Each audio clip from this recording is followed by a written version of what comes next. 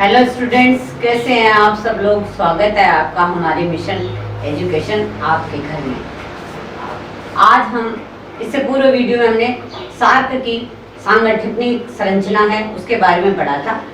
आज हम सार्क में के चार्टर में जो उद्देश्य, सिद्धांत और धारणाएं तय की गई थी उस चार्टर की संपूर्ण 10 धाराओं का अध्ययन करेंगे।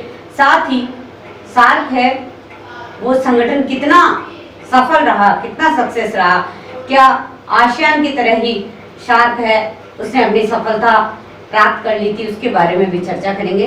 तो सबसे पहले सार्क का जो चार्टर बना था 1985 में, उसमें क्या क्या तय किया गया था ये हम पढ़ेंगे। सार्क के चार्टर में कुल 10 धाराएं हैं और उन 10 धाराओं में सार्क के सिद्धांतों, उद्देश्यों और संस्थागत संरचनाओं के बारे में वर्णन किया गया है। अनुच्छेद 1 में दक्षिण एशिया में परस्पर सहयोग से आम जनता के कल्याण और जीवन स्तर में सुधार हेतु योजना बनाई गई थी। क्योंकि मैंने पूरे वीडियो में आपको बताया था कि दक्षिण के जो देश थे, सदस्य देश थे, वो प्राय सभी ब्रिटेन के औपनिवेशिक राष्ट्र थे, नव स्वतंत्र राष्ट्र थे। तो इन नव स्वतंत्र राष्ट्रों के आम जनता का जीवन स्तर ऊंचा उठाना अत्यंत अनिवार्य था, क्योंकि इन्होंने लंबे समय तक विदेशी ताकतों की गुलामी सही थी और उनका लंबे समय तक शोषण होता रहा था। तो इन देशों की जनता के कल्याण और जीवन स्तर में सुधार के लिए सभी सदस्य देशों को साथ मिलकर कार्य करना था और सामूहिक आत्मनिर्भरता का प्रयास है वो करना था। आर्थिक, सामाजिक और सांस्कृतिक सहयोग व विकास, यानी प्रत्येक क्षेत्र पर कार्य करना था दक्षिण के देशों को। उनका आर्थिक स्तर, सामाजिक स्तर, क्योंकि इन देशों में सामाजिक दृष्टि से भी जनता बहुत अधिक पिछड़ी हुई थी, बहुत अधिक अंधविश्वास और कुरीतियां हैं वो समाज में फैली हुई थी, उसके लिए कार्य करना था। साथ ही सांस्कृतिक सहयोग और विकास पर कार्य करना था। पारस्परिक विश्वास एवं समन्वय द्वारा समस्याओं का समाधान करना सबसे जरूरी था दक्षिण के लिए। सभी सदस्य देशों के लिए एक दूसरे के प्रति विश्वास है वो सृजित करना और उनकी जो समस्याएं थी उनका समाधान करना। तकनीकी और वैज्ञानिक क्षेत्र में सहयोग, क्योंकि आसियान के राष्ट्र थे और G7 के या नाटो, वार्सा पैक्ट और अन्य जो संगठन चल रहे थे पूरे विश्व में, उन सभी में वैज्ञानिक और तकनीकी दृष्टि से उन्होंने बहुत अधिक विकसित वो हो चुके थे। तो इनको भी विश्व में उन विकसित देशों की श्रेणी में आने के लिए, विकासशील देशों की श्रेणी में आने के लिए उन्हें अपना तकनीकी और वैज्ञानिक विकास करना या तकनीकी और वैज्ञानिक क्षेत्र में सहयोग करना अनिवार्य था। मतलब जिस सदस्य देशों में जिसके पास जो भी तकनीकी थी तो उनका आदान प्रदान होना जरूरी था।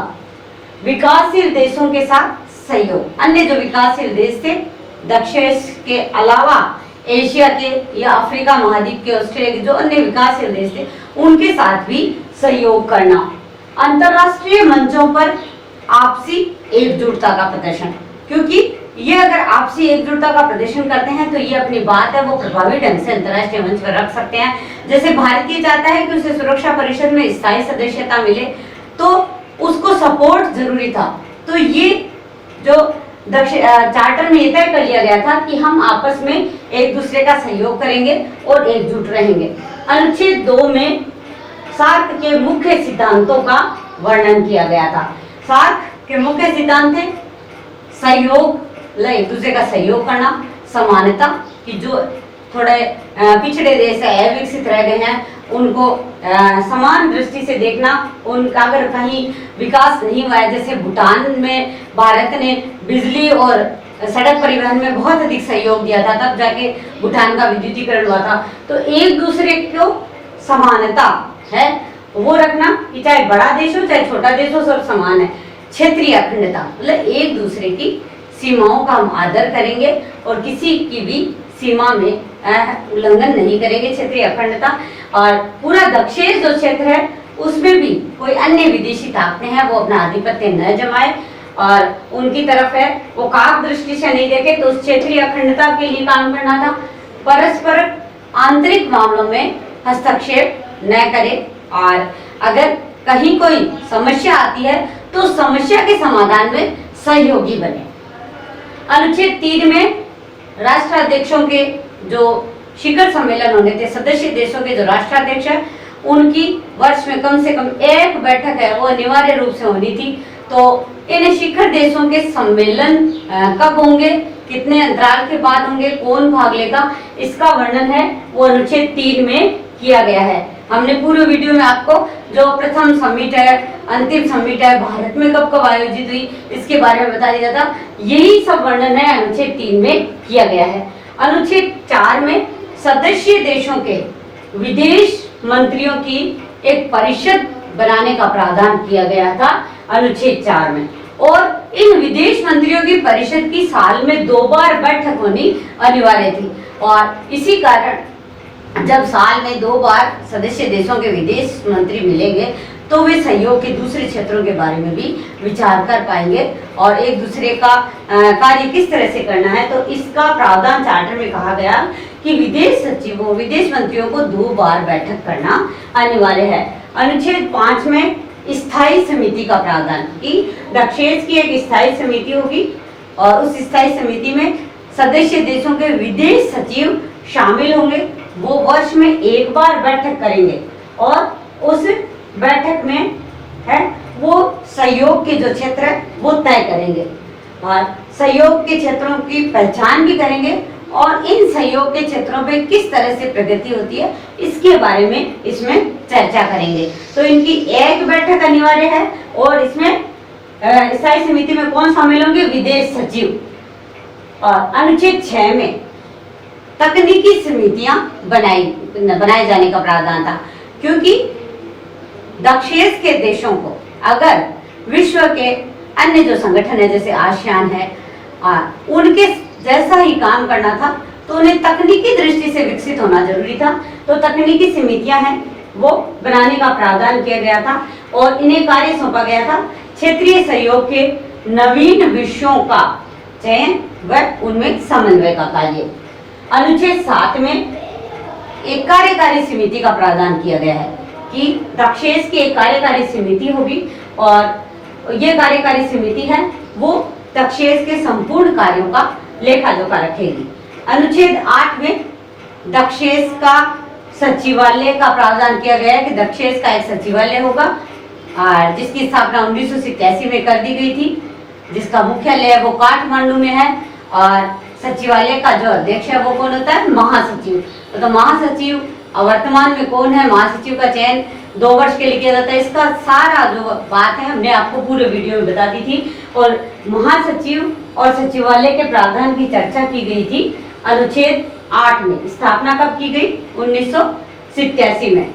और साथ ही 12 क्षेत्रीय केंद्र, इसकी भी हमने पूर्व चर्चा कर ली थी। ये 12 क्षेत्रीय केंद्र स्थापित करने का प्रावधान भी अनुच्छेद 8 में रखा गया था।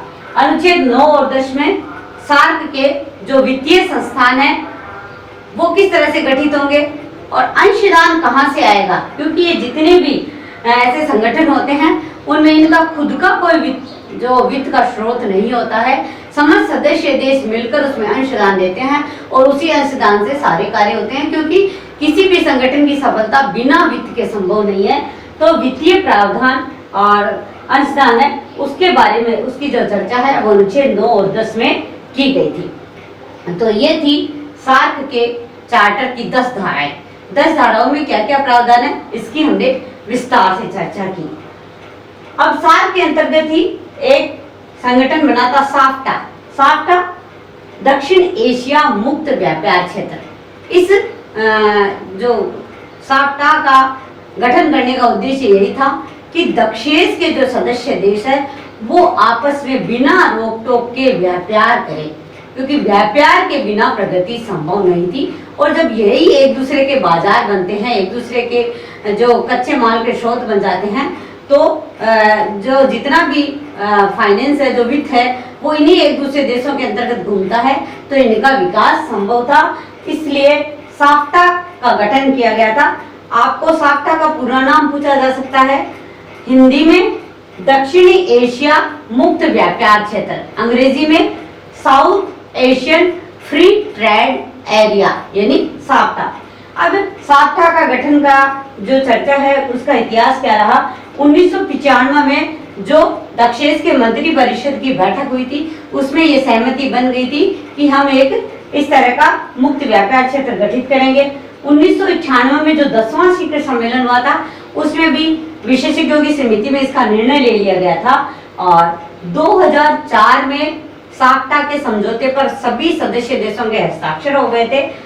लेकिन जनवरी 2006 से साप्ता को लागू कर दिया गया था और ये तय किया गया कि 2009 तक सभी सदस्य देश मिलकर आपस में आयात निर्यात के करों में कटौती कर लेंगे। हालांकि उद्देश्य बहुत बड़े रखे गए थे, लेकिन अब अगर हम इसका मूल्यांकन करें तो हम निष्कर्ष निकालने पर पता चलता है कि आसियान के देशों की जीडीपी है वो लगभग 10% बढ़ गई थी और दक्षेस के सदस्य देशों की जीडीपी 1% तक ही बढ़ पाई थी। उसके पीछे कई कारण रहे, क्योंकि भारत और पाकिस्तान के लगातार संबंध है वो बिगड़ते जा रहे थे। पाकिस्तान लगातार भारत में आतंकवादी गतिविधियों को बढ़ावा दे रहा था। कश्मीर के मुद्दे पर वो भारत को हमेशा ही अंतर्राष्ट्रीय स्तर पर परेशान करता था। तो इस कारण भारत और पाकिस्तान पड़ोसी राष्ट्र है, एक ही देश के दो भाग बने थे, लेकिन इनके लगातार बिगड़ते संबंधों के कारण जो साप्ता गठित हुआ था या साप्ता के समझौते हस्ताक्षर हुए थे तो उसका जो उद्देश्य निर्धारित किया गया था वो हम पूर्ण रूप से नहीं पा सके थे। अब हम साप्ता के हमने विश्लेषण किया तो आपके एक प्रश्न आएगा, साप्ता का गठन कब हुआ था, इसके समझौते पर हस्ताक्षर कब हुए और साप्ता का पूरा नाम। साप्ता के उद्देश्य क्या थे? मुक्त व्यापार क्षेत्र गठित करना। तो साप्ता की असफलता के बाद हमें दक्षेस की प्रासंगिकता और उसका मूल्यांकन पर चर्चा करनी होगी कि क्या दक्षेस आसियान की तरह ही सफल रहा था। कई बार दक्षेस और आसियान की तुलना भी आती है, तो उस तुलना करने में भी हम ये देखते हैं कि जो आसियान के सदस्य देश थे वो प्राय विकसित देश थे। सार्क में या दक्षेस में जो सदस्य देश है वो विकासशील देशों का संगठन था और इनकी जो आपसी फूट है जैसे मुख्यतः भारत और पाकिस्तान की, वो दक्षेस के जो उद्देश्य और सिद्धांत चार्टर में तय किए थे वो उन्हें पूर्ण रूप से प्राप्त नहीं हुए। हालांकि बहुत सारे विकास है वो दक्षेस के अंतर्गत किए गए थे और आज प्रासंगिकता इसकी इसलिए खत्म हो गई है कि भारत और पाक के बीच है वो संबंध है वो लगातार बिगड़ते गए, उनमें सुधार नहीं हुआ। पाकिस्तान हमेशा एक तरफा आतंकवादी गतिविधियों का समर्थक रहा है और उसने अभी हाल ही में उरी का प्रकरण हुआ था, पठानकोट में जो उन्होंने आतंकवादी हमला किया था, या कश्मीर में जो सैनिकों के ऊपर हमला किया गया था, पुलवामा हमला हुआ। इस कारण है वो दक्षेस अपने सभी उद्देश्यों को प्राप्त नहीं कर पाया, क्योंकि कई बार सम्मिट तय होती लेकिन भारत पाकिस्तान के आपसी संबंधों के कारण वो उसी समय और कभी भारत ने भाग नहीं लिया, कभी पाकिस्तान ने नहीं लिया। तो इस तरह से जो चार्टर में उद्देश्य दिए गए थे वो पूर्णतया सफल नहीं हो पाया। फिर भी इन जो सदस्य देशों का है विकास हुआ, जैसे मैंने पूर्व में बताया था।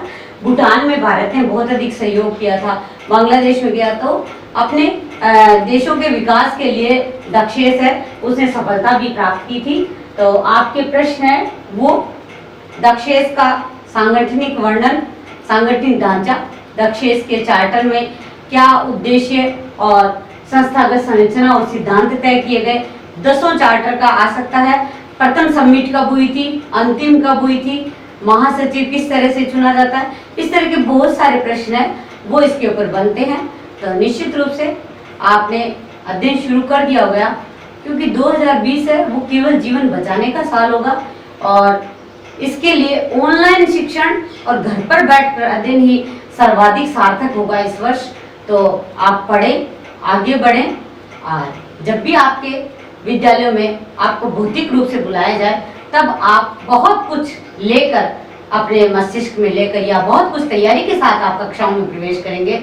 अगर आप लगातार हमारे साथ वीडियो को सुनते हैं, पढ़ते हैं, तो ये अध्ययन जारी रखिए। अगर आपने हमारा चैनल सब्सक्राइब नहीं किया है तो सब्सक्राइब जरूर कर लें, क्योंकि सब्सक्राइब करने का एक ही फायदा होगा कि जब भी हम नया वीडियो डालते हैं तो आपके पास नोटिफिकेशन आएगा और आप उसे देख पाएंगे। तो हंसते रहिए, मुस्कुराते रहिए। धन्यवाद।